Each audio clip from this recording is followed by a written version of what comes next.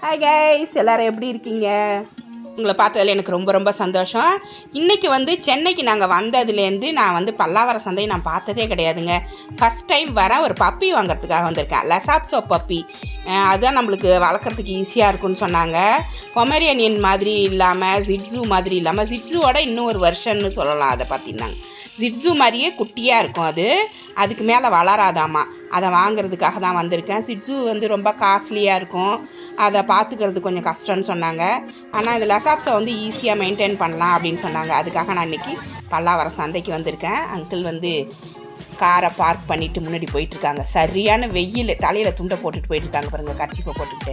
அவ்வளோ வெயில். மணி வேறு 12 ஆச்சு பாருங்கள். அவ்வளோ வெயில் ஆகிடுச்சு.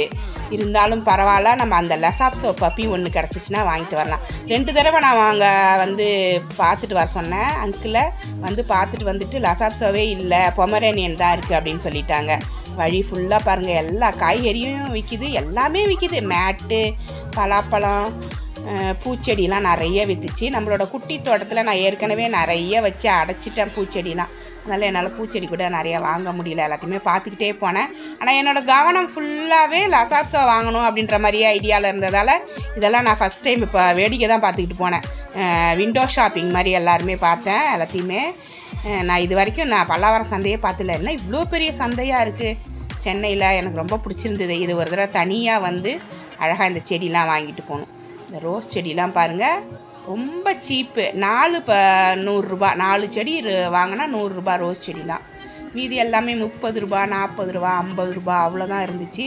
ரொம்ப பெரிய வெரைட்டி. இதெல்லாம் பாருங்கள், இந்த இட்லி பூலாம் நர்சரியில் 350 ரூபா 400 ரூபா சொல்லுவாங்க. இங்கே வெறுமனே 100 ரூபா தான் சொன்னார் அவர். இங்கே எவ்வளோ செடி, எல்லாமே ஃப்ரெஷ்ஷாக இருக்குது. எல்லாமே பார்த்துக்கிட்டே போகலாம். நம்ம எங்கே போகிறோம் அப்படின்னா பெட் ஷாப் தான் போகிறோம். பெட் ஷாப்பில் இன்றைக்கி லசாப்ஸோ இருந்துச்சுன்னா நம்மளுக்கு லக்கி. எனக்கு லக்கியாக இருக்கும்னு நினைக்கிறேன். ஏன்னா கிடைக்க மாட்டேங்குது. அது ஜிட்ஸு கூட கிடச்சிருது. இந்த லசாப்ஸோ கிடைக்கிறது ரொம்ப கஷ்டமாக இருக்குங்க. இன்றைக்கி கிடச்சிச்சினாக்கா டக்குன்னு அப்படியே வாங்கிட்டு வந்துடலான்னு பார்க்குறேன்.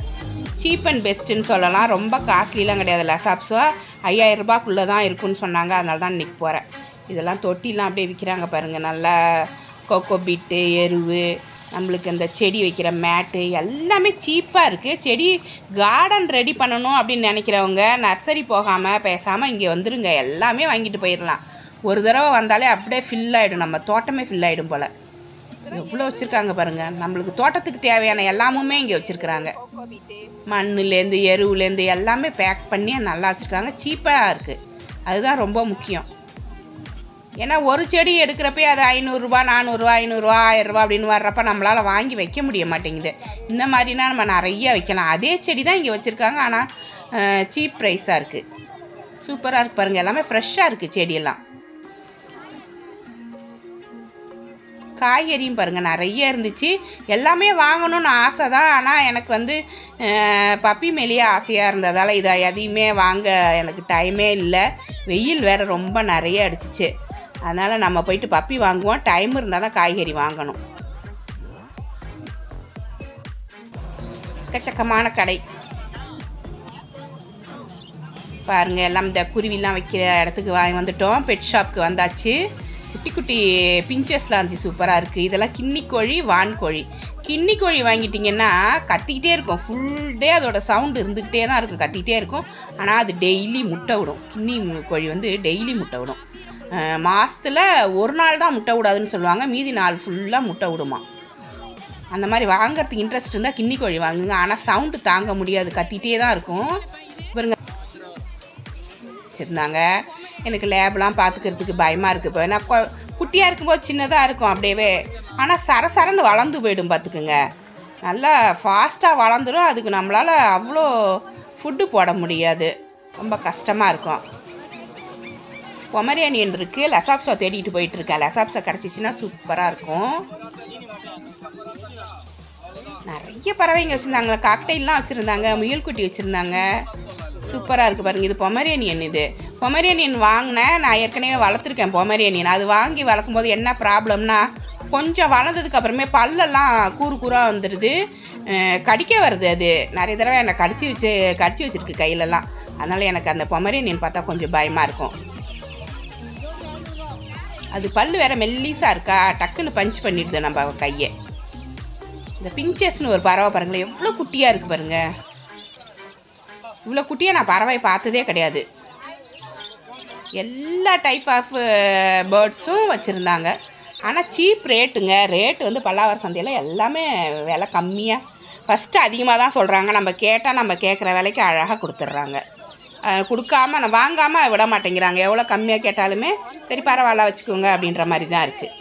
எவ்வளோ வான்கோழி பாருங்கள். இல்லை நல்லா தோட்டம் பெருசாக இருந்தால் வான்கோழி கொண்டு போய் வச்சுக்கலாம்.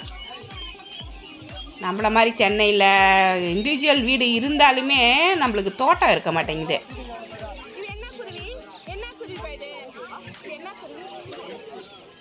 எவ்வளோ பறவை பாருங்க. எல்லாம் இப்போ தான் குட்டி போட்டிருக்கும் போல், அதை அப்படி கொண்டு வந்து வச்சுருக்காங்கன்னு நினைக்கிறேன். பெருசு தனியாக வச்சுருக்காங்க, குட்டி குட்டி பேர்ட்ஸ் எல்லாம் தனியாக வச்சுருக்காங்க. குழந்தைங்க தான் நிறைய வந்து வாங்கிட்டு போனாங்க. நல்லா குட்டி குட்டி கூண்டு வாங்கிட்டு அதில் போட்டு போட்டு எடுத்துகிட்டு போனாங்க. நிறைய இருக்குது பாருங்க. புறா, இது புறா. அதுக்கு ஒரு பேர் சொல்கிறாங்க, அது நம்மளுக்கு புரிய மாட்டேங்குது. ஒவ்வொரு புறாவுக்கும் ஒரு பேர் இருக்குது. இந்த புறா என்ன புறா அப்படிங்கிறதுக்கு தகுந்த மாதிரி கலரும் இருக்குது. இப்போ பூனை பாருங்கள் எவ்வளோ வெரைட்டி. லசாப்ஸா கிடச்சிருச்சு. இவரை தான் நம்ம வீட்டுக்கு கொண்டு போக போகிறோம். நம்மளோட ஷார்ட்ஸ்லலாம் பார்த்துருப்பீங்க பார்த்தீங்களா. நான் இந்த வீடியோ எடுக்கிறதுக்கு இதை அப்லோட் பண்ணுறதுக்கு முன்னாடி அதெல்லாம் பண்ணிட்டேன். ரொம்ப குட்டிங்க, 35 நாள் தாங்க ஆச்சு இது பிறந்து. கண்ணு திறந்தோடனே கொண்டு விற்றுட்டாங்க போல இருக்குது. அப்படியே வெயிட்லெஸ்ஸாக இருக்குது, கையில் அப்படியே பேப்பர் தூக்குற மாதிரி இருக்குது. வயிற்றில் வேறு ஒன்றுமே இல்லை. அதுக்கு வெறும் பாலும் தயிரும் கொடுத்து தான் மார்க்கெட்டில் வச்சுருக்குறாங்க. பாருங்களேன் எப்படி இருக்குன்ட்டு. எவ்வளோ குட்டி பாருங்கள்.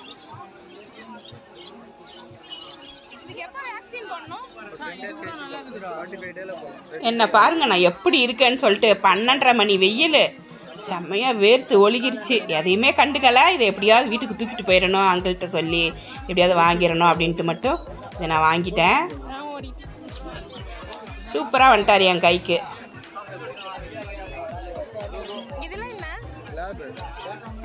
பார்த்துக்க முடியாது, இது பார்த்துக்கிறது கொஞ்சம் ஈஸி தானே. ஆமா, ஒரு பாக்ஸ்ல போட்டுக்கலாம். அப்படியா போலாமா வீட்டுக்கு?